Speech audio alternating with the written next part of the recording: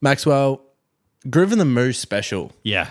As we dive headfirst into the most gorgeous man in Australian folk music. Goodness, he's a good-looking fella. Bluest eyes I've ever seen. Yeah. Well, of course, talking about Matthew Corby, just before we really go. I call him Matt, but that's just me. He and I we're buds. Matt Corby joined us backstage at Groovin the Moo in Lismore. It's a quick chat. We'll mostly chat about the latest album, Tragic Magic, and then he hits the road for a tour if you didn't happen to catch him at Groovin the Moo. So make sure you get your tickets there. I'll hand over to you, Maxwell. Thanks. With Matt Corby. Welcome to the show. How you going? Thanks. Yeah, good. How you going too? Not too bad, thanks, mate. Look, it's the first time I've been asked back. I feel seen. Rude. Jeez. We'll what tell them caliber of people you've been speaking to today? Terrible. We won't tell them. We like to start the show the same way every week, which is to find out what's been spinning in your playlists. At the moment, which is an old favourite, but it's snuck its way back in. It's a record by a guy called Dirty Art Club, and it's called Basement Seance. Okay. And it's like a 20-track album, but it's all Right. just cool, funky instrumentals and stuff. Awesome. It's like, yeah, a bit Tarantino-esque. Okay. I feel like if Tarantino was a beat maker, that's what that record is. I'd love to see Tarantino put that skill into doing an album. Go and listen to it then. Yeah. That's probably as close as you're going to get. I don't think he's got time for that. Do you reckon it could switch around? I think that's a bit below him, to be honest. I don't know. I mean, he curates some hell of a good soundtrack. Like, Well, that's true. That's true. he must have a passion for it somewhere. I mean, you'd think so. Look, Tragic Magic has been out in the world for a few weeks now, and Yep. first off, congratulations on Thanks. a stellar record. Thank you. You've mentioned it a couple of times in different interviews about how you didn't necessarily set out to make a record. There wasn't like a cohesive vision. It just kind of happened to form as you went. Yeah. There's not necessarily like a statement that you were out there to tell Yeah. with this record. Now that it's live and people have been receiving it and playing it and coming back to you with feedback, has that kind of central statement sort of revealed itself to you through how people are receiving it? No, I don't think so. Yeah. No, I think it's... I don't really take on a lot of like criticism or praise or anything, so I can't be sure what it is still. And it's not really for me to decide. So yeah, I don't know how to answer that question. Sorry. That's Sorry, that's man. a perfectly Yeah, good answer. okay. I suppose it feels like there isn't a set sound, again, probably because there wasn't like, that drive to create the record. But Yeah. I think the thing that certainly when we were listening to it, we found the connective tissue was this kind of really in the pocket groove that sort of, not the same groove, but Yeah. the concept of the groove Yeah. being across each of those tracks. I suppose when you're, in the studio, you work, you're a solo artist, but you have a lot of collaborators that you work with. Yeah. Are you building those grooves, through jam sessions with fellow musicians, or are you sitting there layering them all yourself across the different instrumentals? It's all just me playing most of it. Like if I'm working with Chris Collins, there'll be a bit of back and forth between us at the start of the day if we're just on two instruments, just feeling chords out and how it should feel. But after that, I just have when it's drum time, I get excited, and then when it's time to play bass, I get excited, and we just go through everything gets about an hour of exploration, and then we either think it works or it doesn't and keep going. So it's very piece by piece. Yeah. Because it sort of each song, I guess, within the album of no cohesiveness going into a song and doing each piece by piece, do you ever get to, you've built out the groove and you're going, this drum track needs to go, we need to go straight back to the beginning, redo the drum track to suit it? We did that a couple of times on certain songs. There's a track on the record called Stained, and there was so much going on in the track, and I knew there was like an interesting song in there somewhere, and we ended up stripping almost everything out of it, which was actually a fun exercise as well. I mean, like, what's the least amount of things this needs to survive?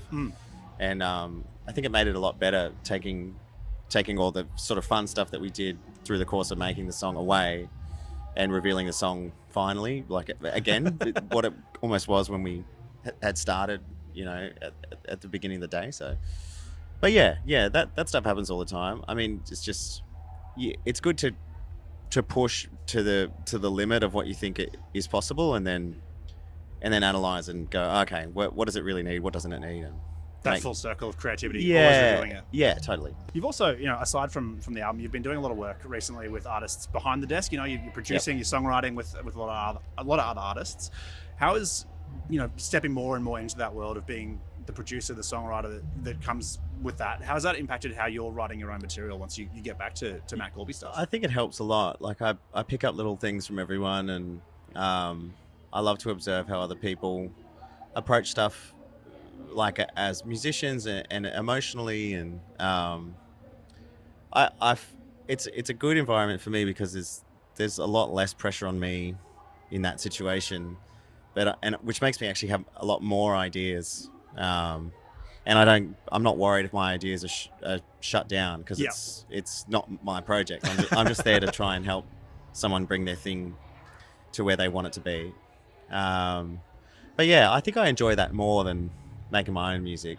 Yeah, right. I think when I get to make my own music, I'm like, I don't know what I'm doing or who I am, or like all those existential questions come up, and you're like, oh God, like everyone's just gonna, it's just one of those funny. It's. I think it's really hard. So I like being the person on the other side, being like, hey, these are all your options, and I can see you doing this, and this, and like what floats your boat, So yeah. You don't have to have the identity crisis when you're the mentor. I don't. No. Yeah. Exactly. I can just be like, pick your own adventure. And I'll be there with you. They're having that full identity crisis, and they're like, totally. oh fuck. Yeah. And I'm just like, Have you ever been tempted to, like, if you're sitting jamming with someone else and you go, that actually sounds fucking rad, I want to squirrel that away, keep that for a Matt Corby project, or are you happy to? There are moments. Normally, people, they'll come into the studio an hour later than I'll get there, and I'll turn everything on and maybe play a couple of things and build a little track. And sometimes the track's something that I do want to just keep and no one knows it existed. That happened a couple of times in the last few years, which I won't say before what session that happened. But they know who they are. They don't. No, they would have never have heard what I did before they got into the studio. So, but yeah, there's little every now and then, and sometimes those days are great because it's not for you. You're just like, oh, I'm just gonna like put some chords down and like make sure the drum sounds good, make sure that everything's working properly, like have a bit of fun before someone gets there. And sometimes those no pressure moments make something cool comes out of you. Yeah, exactly. Yeah. Before we let you go, you're about to hit the road on the Tragic Magic tour as well. Yeah. And you've got dates across the show, headline slots, festival slots, all kind of things. I suppose, how do you bring a record that didn't necessarily have that cohesive vision to life on the live show? Is there a way that you're going to just sort of have that freeform jam vibe, brought to life? That's next week's problem. I really don't know. We started rehearsing actually. The songs are feeling really good. It's like the first time they've actually been played with like everyone playing something all at the same time. Yeah. But I was really pleasantly surprised. I mean, the band I play with are incredible players, so I wasn't surprised that they were sounding great. But I was pleasantly surprised at how the songs actually worked with, energy coming from different directions, all doing the one thing. Yeah. So that was bad English. Sorry, I'm a bit dazed. But, don't worry, we got there. Yeah. I'm excited for the tour. I think we're going to play a bunch of the new songs. Probably not all of them, but as many as we can. There's a lot of music to get through, so again, next week's problem. I mean, we're very excited to see how it comes to life. It sounds like the band are sounding tight. Yeah. Very excited. Well, if you haven't yet had a chance, get your ears around Tragic Magic. It's an incredible record. And then catch Matt Corby live in Adelaide, Perth, Gerringong, Melbourne, Newey, Sydney, and Brisbane on the Tragic Magic tour between the 3rd and the 14th of June. Matt Corby, thank you so much for taking the time. Thanks, mate. Pleasure. Lovely to talk.